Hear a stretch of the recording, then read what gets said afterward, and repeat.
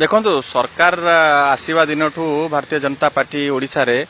गोटे भी परीक्षा सठिक भाव में माने परिचालना करि पारले नाही।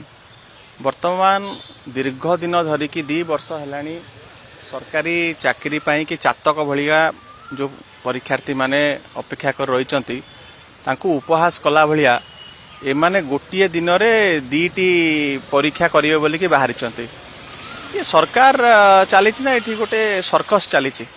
गोटे जोकर माने जो भली भाव में सर्कस रे काम करती ये सरकार से भलिका पूरा संपूर्ण भाव में असंवेदनशील दायित्वहीन।